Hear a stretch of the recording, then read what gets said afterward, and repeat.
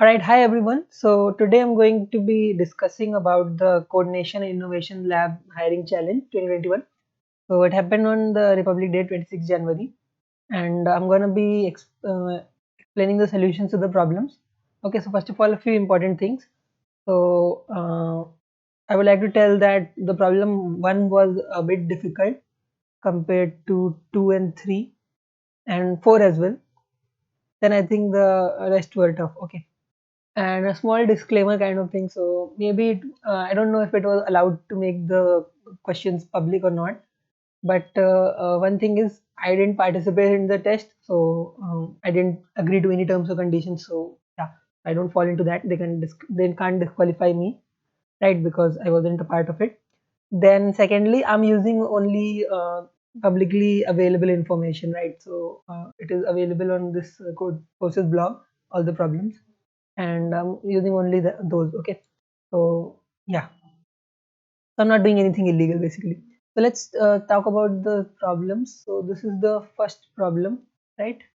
Okay, there is a rectangular field with two types of resources, resource A and resource B, and there are two type of factories which collect resource A and B, and now these factories are located perpendicular to each other, collecting resource A at the top and the resource B at the left. Okay, so they can be brought in a straight path without taking any turns, and we are given two matrices how much resource A is available in which cell and so on. Okay, so yeah, so let me just explain what this problem is about. So you have a rectangular grid kind of thing. Okay, right. Yeah, so you have a rectangular grid kind of thing.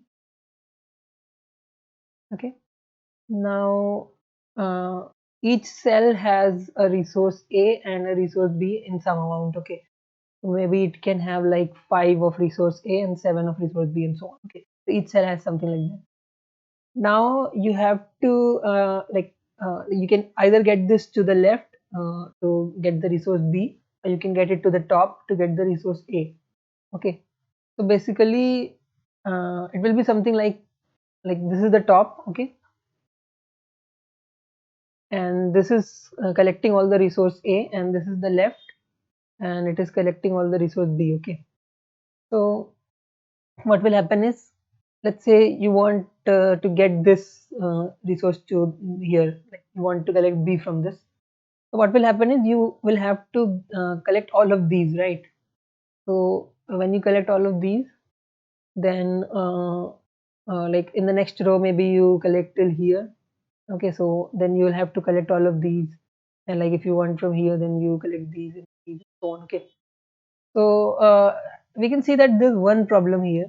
So if we do something like this, when we want to collect the resource A, we can collect up till here all of this, right? But we cannot collect this or this or this or this. Okay, sorry. We cannot collect this or this, but we can collect this. Okay. So yeah, you can see that we these tools are getting wasted in this way. Okay. So since these are getting wasted, what we can do is we can just kind of extend this left part and say that okay, this is also collecting the left one, and this is also collecting the left one. Okay. So what we can notice is if you see the green part, it is going something like this. Okay, I don't know if you can see it or not. Let me take the color. Okay, so let me take yellow. So if you notice the green part properly, it is going something like this, right? So this is something that is actually supposed to happen. Okay, so it will always be like this. Like if you want the left part, like they'll be in increasing order, like something like this. So if you collect the this much from the first row, then it is necessary that you collect this much from all the rows. Okay, and in some rows you might collect a little extra. Okay, like if you collect a little extra in the next row also, you must collect at least till that, right? So this is the given, and everything that is remaining, that will be corrected by the red part. Okay, by the A part, and this all will go to the B part. Okay, So yeah, so this gives us we can think of a DP solution this way. So it will be something like we have to, let's say we start from the bottom and go toward the top. Okay. So in the first row, we can store, like in the last row. So we're starting from the last to the first. Okay. In the last row, we can store that if we collect till here, what will be the answer? If we collect till here, what will be the answer? If we collect till here, what will be the answer? And so on. Okay. So like if we collect till here, all of these will get added. Like the B from all of these will get added, and the A from all of these will get added, right? Because like this will be decreasing or at least constant. So all of these will definitely get added to the answer. Okay, that's fine. Okay, so we can store something like this for all points, right? So if we collect till here, then we'll have like till here we'll have B, and till here we'll have A. Okay, something like this. So let's say we have all the answers for this row, right? Then what we will do is we will come to this row, and let's say I want to collect till here. Okay, so I will collect all of these B and all of these A. Okay, sorry, all of these A. Okay, but what should I take from the next row? So from the next row, what I can do is I can take this value or this value or this value or this value. Okay, so by saying this value, I actually mean I collect till here and this one from A. Okay, and so on. So basically, I have to pick one of these. Okay, the point where I have this arrow, I have to pick the DP of one of these. Okay, so it will always be a suffix, right? So if we talk about this row, it will always be a suffix.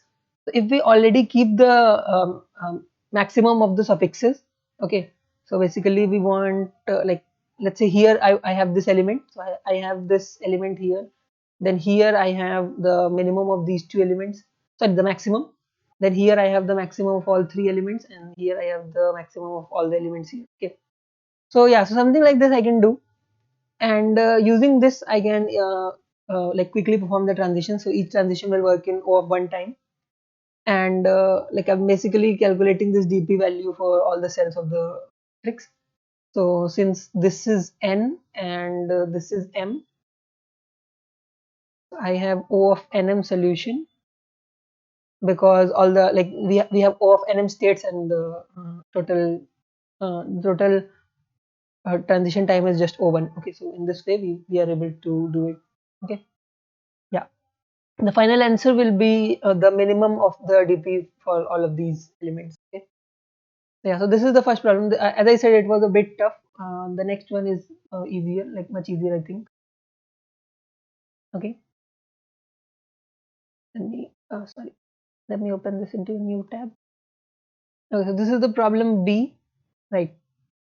So here we are given an array of n integers. Sorry. And in one operation, we can select any element from the array A and increment it by 1. So you need to answer Q queries. In each query, you are given two integer L and R, and we need to tell the minimum number of operations we need to perform, such that the subarray of A starting from index L and ending at index R contains at least one pair of elements whose bitwise AND is strictly greater than 0. Okay, so yeah, so it's something like this. Okay, so let's see what we can do here. So to have the bitwise and strictly greater than 0, like there should be at least two elements there who have at least one bit common. Okay, so to do this, we can do something like, let's say the number is like this. Okay, so yeah, we are writing the binary representation. Okay, so there will be like 30 digits in this way. Okay, uh, so we can perform a prefix sum of on all of these. Okay, so uh, when we perform a prefix sum, what we can do is we can easily get like whenever we given in the range L comma R, so we can easily get the frequency of each bit. Okay, so we have frequency of each bit. Okay, and if the frequency of any bit is already 2, then your work is already done, and you just have to kind of print 0 as the answer. Okay, so you don't have to make any changes. But otherwise, let's see what can happen otherwise. So otherwise we can increase the numbers by 1. Okay, so let's say we have 2 and 4. We can, what we can do is we can make this 5 in one operation, and then we can make this 6 3 in one operation, or something like that. Something like that we can do. Okay, so let's say one of our number is odd, right? uh, at least like at least one of the numbers is odd. Okay, so if it is odd, that means that it has the uh, lowest set bit equal to 1. Okay, and it is guaranteed that all the other elements are even. Okay, so all the other elements will be even. Okay, and how can I guarantee that? Because let's say if there were two odd elements, then in the binary representation there is one bit that is common. Okay, and in that case we have already printed 0. So since we didn't stop at that case, that means it will never happen. Okay, so we know that all the other elements are even. If we have one odd element here, what we can do is we can just print the answer 1. Okay, because then we can increase any of the even elements by 1 and it will become odd. Okay, and if even that is not working, then what we can do is we can just like, let's say if all the elements in this range are even. Okay, so all the elements are even. Okay, something like that. So then what we can do is we can just make any two elements odd. Okay, so we add one here and then we add one here, then they have a common bit. So yeah, that's how it will work. So the answer is pretty simple. Take the prefix sum at all the bits. Okay, then if the sum of the bits in the given range L comma R, if it is 2 or greater than 2, so if it is 2 or greater than 2 for any bit, then you can just print 0 as the answer.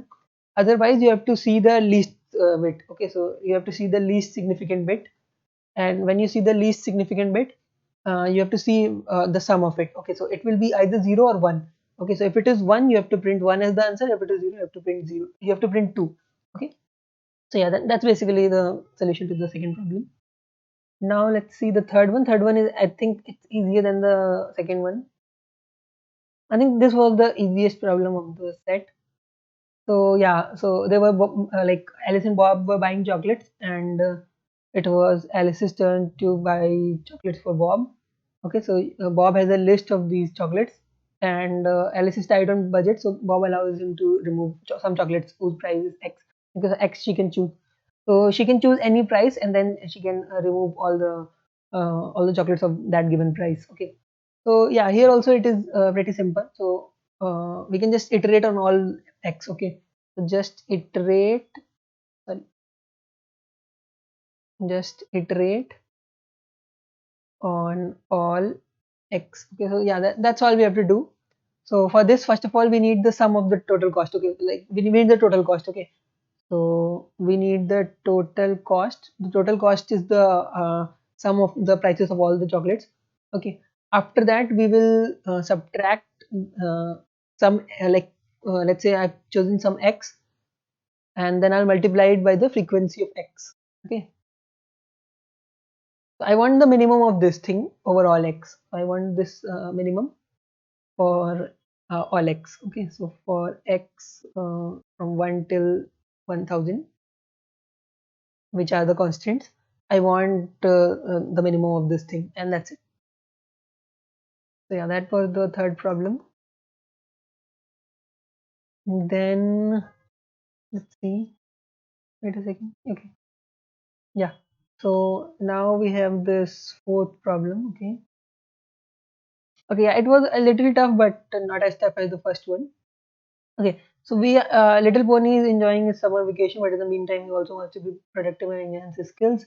There are n days in the vacation, and there are m types of activities, numbers from 0 to m minus 1.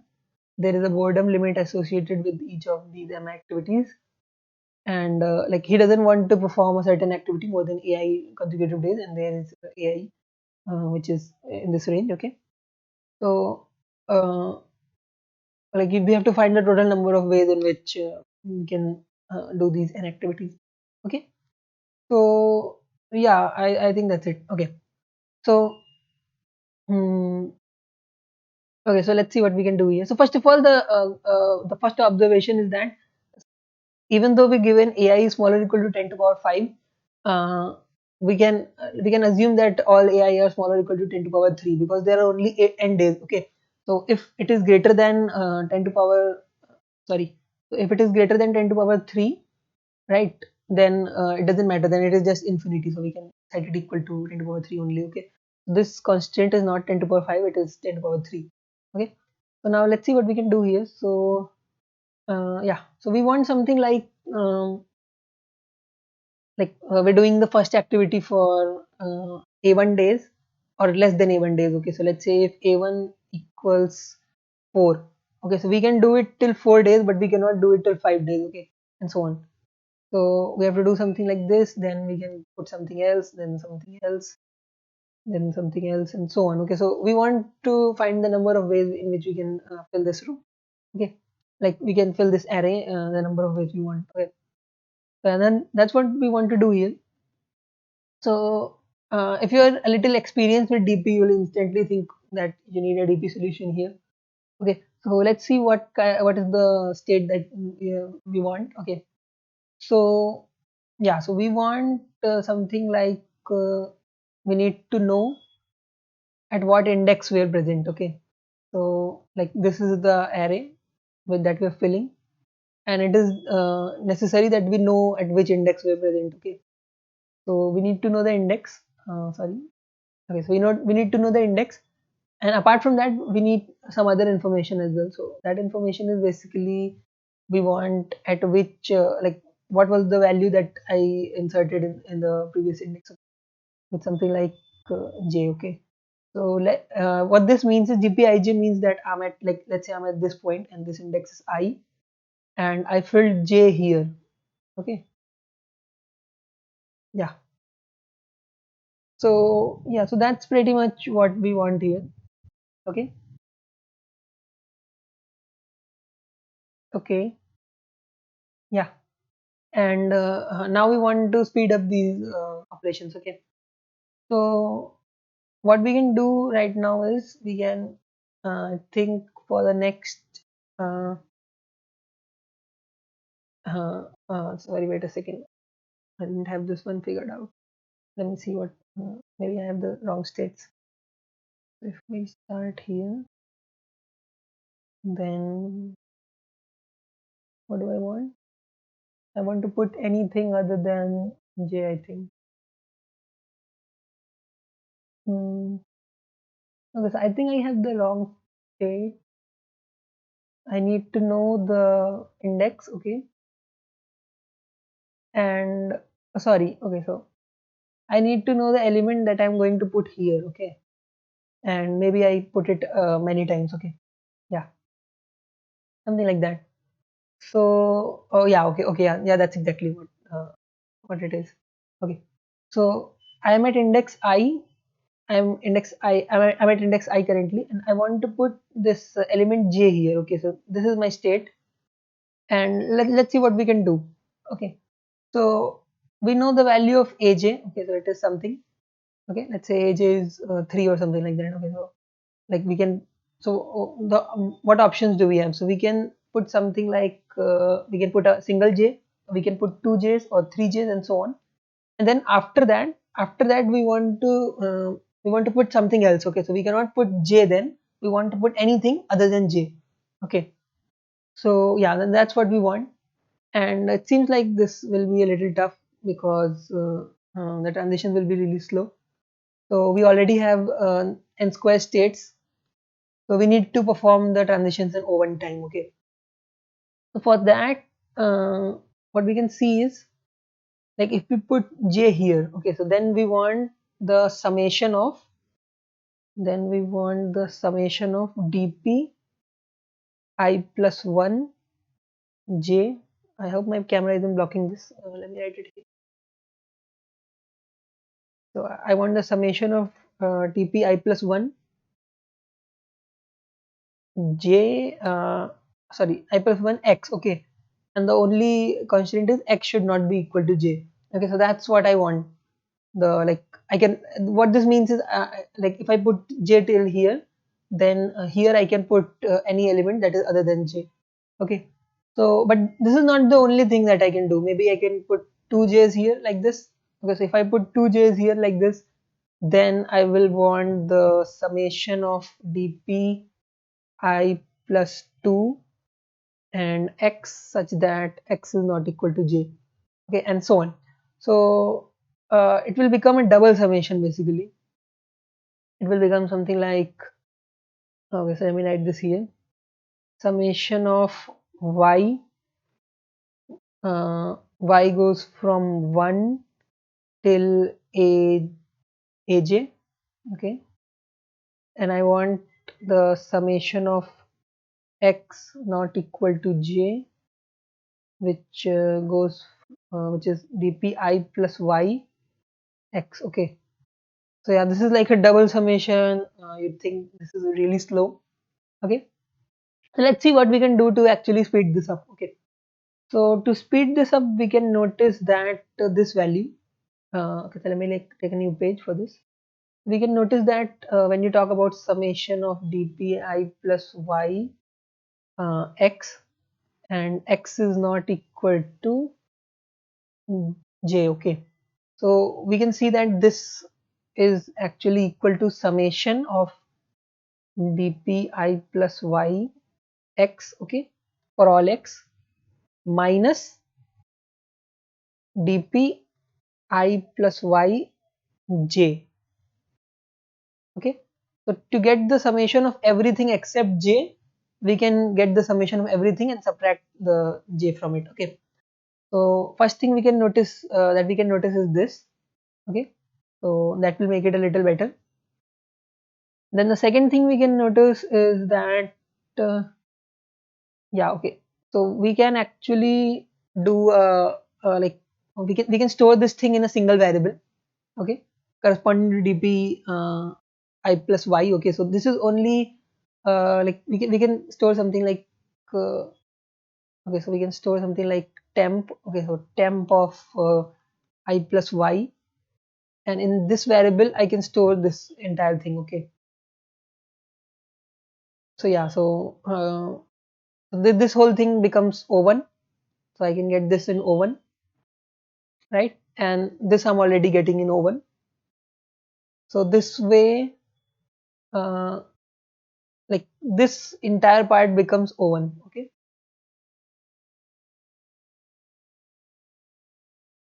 And then we still have this part which is still on. So to make this one better, what we can do is we can just use prefix sum, okay. So we use prefix sum, okay. So at what we're doing the prefix sum, we want the prefix sum on this thing, okay. So on this temp array we want the prefix sum, and then let me take another page. So like we have the temps, okay, so the different temps, and we want the summation from some value till some value, right? So if we have the prefix sum, we can get this in O1 time, and then we'll have to subtract all of these. So we need prefix sum from for this as well, okay. So we have basically a prefix sum for each row, and then we have a total prefix sum, okay. So from the prefix sum of prefix sum, we're kind of subtracting the prefix sum, something like that, okay. It is a bit complex, but I think if you are familiar with DP optimizations, like using prefix sum or something like that, then you might be able to do it, okay. So anyway, let me move on to the next problem. Yeah, okay, so this might be one of the toughest problem of this set, because it requires a lot of knowledge, but I'll try to explain this problem without the knowledge of linear algebra, okay. So you can pause this video and read the problem. I don't want to read it. Okay. So basically, so if you know linear algebra, okay, so this is the solution for the people who know linear algebra, and then I'll talk about the people who don't know linear algebra. Okay. So in linear algebra, you can see that. Wait a minute. Yeah. Okay. So first of all, we need one observation. Okay. So since we can perform an operation like take the range L comma R and replace AR or AL with the XOR of all these elements, okay. So let's take just two elements. Let's say take two consecutive elements. Let's say I have a comma b, and they are consecutive. So I have a lot of elements basically, but I'm considering these two elements. Okay. So what I can do in two operations is I can do something like um, I can convert them to from like from a comma b. I can convert them to a comma a or b. Okay, by performing the operation on this range once. Okay. Then if I perform this operation once more, and this time I store the XOR here, then it will become b comma a XOR b, and then if I perform it once more, it will become b comma a. Okay, so using these operations, what I can do is I can swap any two elements, any two consecutive elements, right?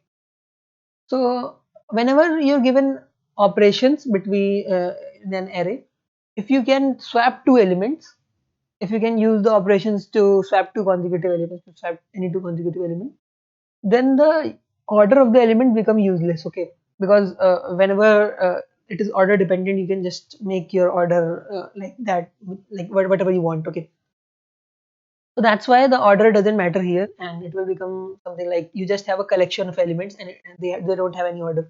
Okay, so now the problem has become something like you are given a collection of elements. Okay, and their order doesn't matter, and what you can do is you can basically XOR, like you can replace any element with the XOR of some other element, like you can XOR some other element into it. So basically you can convert it into something like A, B, C, maybe you can XOR B into D. This will become B XOR D and so on. Okay. So any type of operation you can do without any restriction. You can just take any element and XOR it to some other element, and then that element will get changed and become something like this. Okay. So that's what you want to do. Okay. So if you're familiar with linear algebra, you know that when it is concerned, when XOR is concerned, 30-bit number can be thought of as a 30-dimensional vector. It is a 30-dimensional vector on the field of integers mod 2. Okay, and then you just need the basis and you want to perform the Gaussian elimination and everything. Okay, so yeah, so that's easy if you know linear algebra. But yeah, but if you don't know that, let's see what we can do. Okay, so this is the solution for people who don't know about linear algebra. Sorry. Yeah. So okay, so we want the minimum sum of our elements that we can get. Okay, so let's try to write the binary representation of all the numbers. Okay, so whatever numbers we have, I'm gonna write the binary representation of them. Okay, something like this, right? So what I can notice is if I have like let's consider the highest set bit. Okay, so this is the highest set bit. Okay, and let's say I have two copies of these bits, right? So I have it here as well and here as well. So what I can do is I can turn off one of the copies by XORing this element into this element. Okay, so when I do this, what will happen is this bit will go away, and this will get changed, but we don't care about it right now. We just want to turn off this bit. Okay, so what will happen is this bit will have a unique single copy, right? It will have only one copy. So let me just perform this operation once. So this will get erased. Let me just actually erase this, and it will become 0001. Okay, so yeah, it will become something like 0001. Okay, and so on. Then again, I can see that after I've done this and taken this element separately, let's take the other elements. So I can see that this is the highest set bit, and I can turn it off from everything else. So it is already off in everywhere. So I take both of those elements separately. Okay. Then I can see that this is the highest set bit. So I'll solve this here, and then this will become 0 and so on. So something like this I can do, right? So yeah, and I'll turn it off from here as well. Okay, so let's say this is the highest set bit of this variable. Okay, what I will do is I will just turn it off from here, here, and here everywhere. Okay, so yeah, that is something that I'm doing. So I'll have only a single copy here, and everywhere else it will become 0. Okay, so basically that's what we want to do. Okay, something like, let's say, so I'll iterate on the bits. Okay, so I'll iterate something like for b equal to 29. Okay, till b is greater or equal to 0, b minus minus. Okay, so I'll iterate on the bits, and what I will do inside here is I want to see if there is any number that has the highest set bit equal to b. Okay, so I want a number such that I want ai such that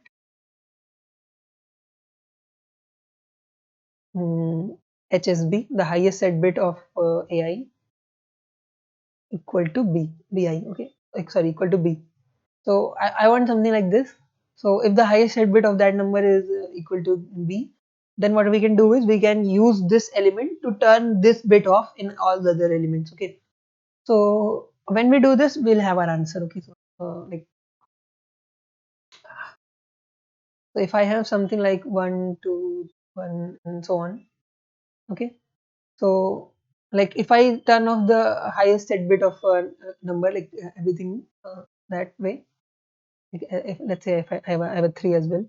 Okay, so this will look something like 0 1 0 1 0 1, sorry, 0 1 1 0 0 1 and 1 1. Okay, so first of all, let's say I pick this element. Okay, so I want to, or let's say I pick this element or anything. Okay, so I can pick any of these two, and I want to turn off the highest set bit from everywhere else. So like let's say I got this here, so this will become 0 1, and this is 1 1. Okay, so now I have all these elements. I can pick any of them, and let's say I pick this one. So I want to turn off this one from everywhere else. So all these elements will become 0. This will also become 0. This will become 2, and so on. And then when I add them, I'll have something like 1 plus 10, that is 11, or 3. Yeah, so that will be my answer. So basically that's what we want to do here. Mm. So this thing is actually called Gaussian elimination,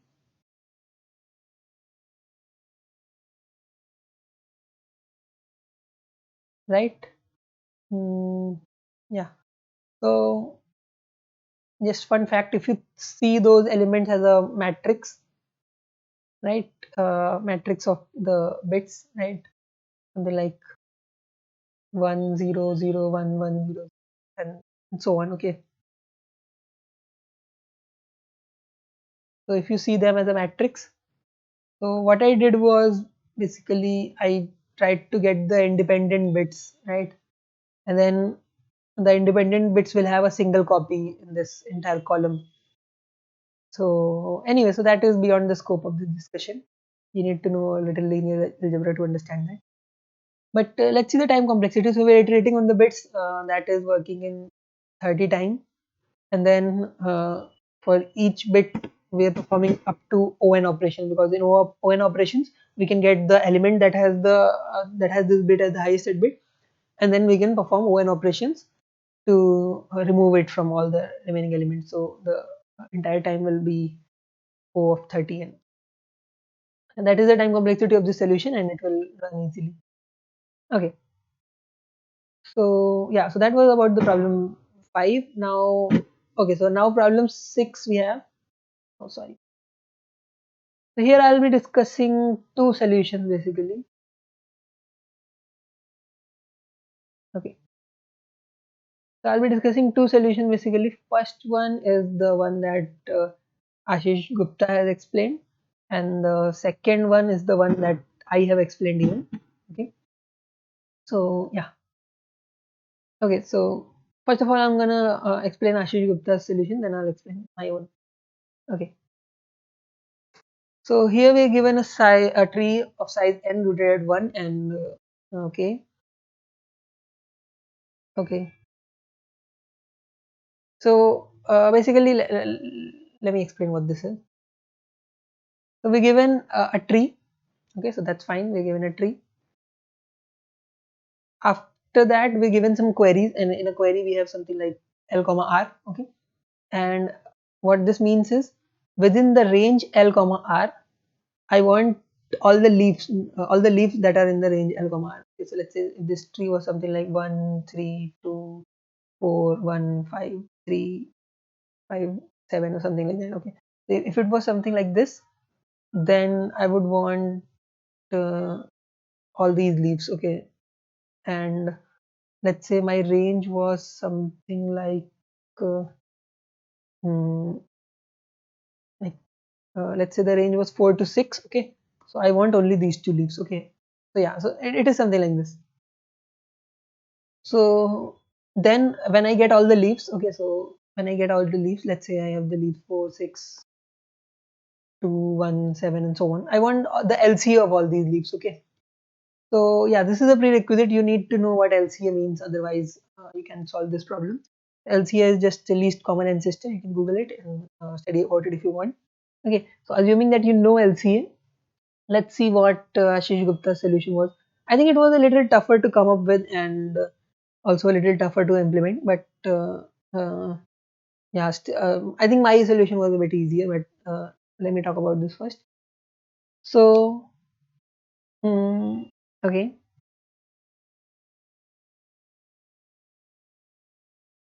okay, yeah. So this solution is something like you have the array. Wait a minute, right? So you have the array. What you want to do here is, uh, uh, like first of all, you perform a DFS on the tree.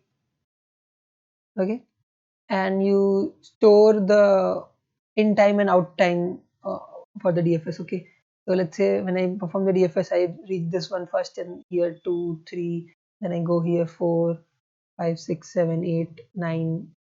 Okay, so basically the DFS order numbering you want to do, and then when you're given a range L comma R, basically this range L comma R, what you want to do is among all these elements, you only want the leaves, right? So you don't want the non-leaves, you only want the leaves. And among all the leaves that are present here, let's say we had something like this, sorry, this, and so on. So we had a lot of leaves in this range. So we want the two leaves. We want only two leaves. The first one we want, which was visited first according to the DFS order, and the second one which was visited the last according to the DFS order.